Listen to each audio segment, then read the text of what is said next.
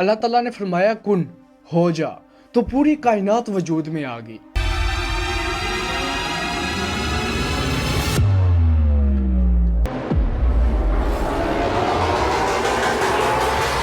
مگر سوال تو ایک ہے، آخر پھر بھی 7 دن کیوں لگے تھے؟ ان 7 دن میں ہوا کیا تھا؟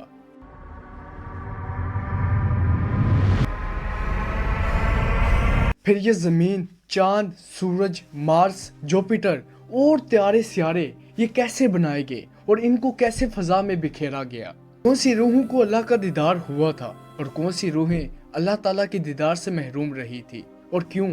جانتے ہیں اس ویڈیو میں۔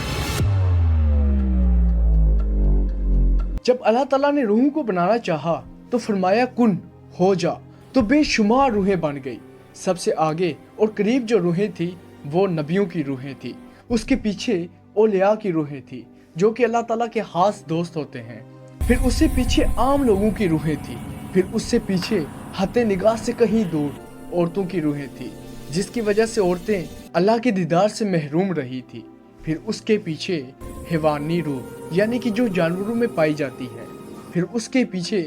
روح نباتی جو کہ پودوں اور درختوں میں پائی جاتی ہے، پھر اس سے پیچھے جمادی روح جو کہ پتھروں میں جن میں کوئی ہلنے جلنے کی طاقت نہیں ہوتی وہ بھی نمودار ہو گئی، پھر اللہ تعالیٰ کے دائیں جانب فرشتے اور اس کے پیچھے حوروں کی ارواح تھی، یہ بھی اللہ تعالیٰ کا دیدار نہ کر سکے، پھر ان کے پیچھے نوری مقلات تھی جو کہ زمین پر آ کر نبیوں اور ولیوں کی مددگار بنی، پھر اللہ تعالیٰ کے دائیں جانب جنات کی روحیں، پھر سفلی مقلیات، پھر حبیسوں کی روحیں تھی جو کہ زمین پر آ کر بھی ابلیس کی مددگار بنی۔ اس لیے جو دائیں یا بائیں جانب تھی یا حد نگاہ سے کہیں دور تھی وہ اللہ تعالیٰ کا دیدار نہ کر سکی، اسی لیے جن، فرشتے اور عورتیں اللہ سے ہم کلام تو ہو سکتی ہیں مگر اللہ تعالیٰ کے دیدار نہیں کر سکتی۔ پھر اللہ تعالیٰ نے یہ چاند، سورج، زمین، مارس، جوپیٹر، تارے، سیارے یہ سب بنائے، مگر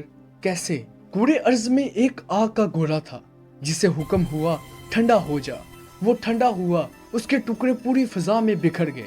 جس سے چاند، زمین، سورج، مریخ، مشتری، تارے، سیارے یہ سب وجود میں آئے تھے۔ سورج اسی آگ کے گولے کا باقی حصہ ہے۔ یہ زمین ایسے نہیں تھی جیسے ہمیں آج نظر آتی ہے، یہ زمین راکھ ہی راکھ تھی۔ پھر اللہ تعالیٰ نے جمادی روح نیچے بھیجی جس نے اس آگ کو اکٹھا کر ایک پتھر بنا دیا،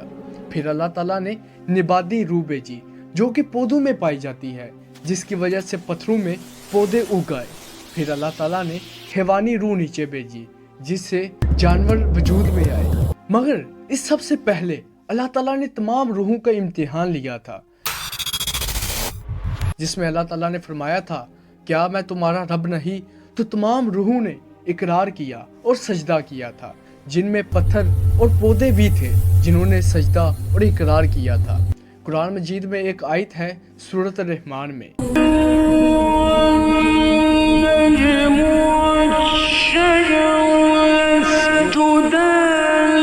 یعنی کہ تیارے اور سیارے پتھر اور درخت اللہ تعالیٰ کو سجدہ کرتے ہیں اور اسی کا ذکر کرتے ہیں اور آج بھی اسی کی عاجزی میں کھڑے ہیں۔ پھر اللہ تعالیٰ نے روحوں کا امتحان لینے کے لیے ایک مصنوعی دنیا بنا دی جس میں مصنوعی لذتیں رکھ دی جیسے کہ شراب، عورتیں اور لذتیں رکھ دی، اور اللہ تعالیٰ نے فرمایا جو اس کا طالب ہے وہ اس کی طرف چلا جائے، اور بہت سی روحیں اللہ تعالیٰ سے منہ موڑ کر دنیا کی طرف چلی گئی۔ پھر اللہ تعالیٰ نے ان کے مقدر میں دوزخ لکھ دی، پھر اللہ تعالیٰ نے ایک مصنوعی بہشت یعنی کہ جنت بنائی، پھر اللہ تعالیٰ نے فرمایا جس کو اس کی طلب ہے وہ اس کی طرف چلا جائے۔ پہلے سے بہتر روحیں تھی جو وہ جنت کی طرف چلی گئی جو اطاعت اور بندگی والی ہیں، اللہ تعالیٰ نے ان کے مقدر میں جنت لکھ دی۔ پھر کچھ روحیں تھی جو کبھی دنیا کی طرف، کبھی جنت کی طرف اور کبھی اللہ کی طرف آتی تھی مگر وہ کوئی فیصلہ نہ کر پائی، پھر اللہ تعالیٰ نے ان کو رحمان اور شیطان کے درمیان رکھ دیا اور وہ روحیں زمین پر آ کر پھنس گئی، اگر وہ رحمان کے ہاتھ لگ گئی تو اللہ کی، اگر شیطان کے ہاتھ لگ گئی تو شیطان کی۔ مگر کچھ روحیں ایسی بھی تھی جو نہ دنیا کی طرف گئی اور نہ ہی جنت کی لالچ میں آئی، وہ اللہ تعالیٰ کا جلوہ ہی دیکھتی رہی اور اللہ تعالیٰ کو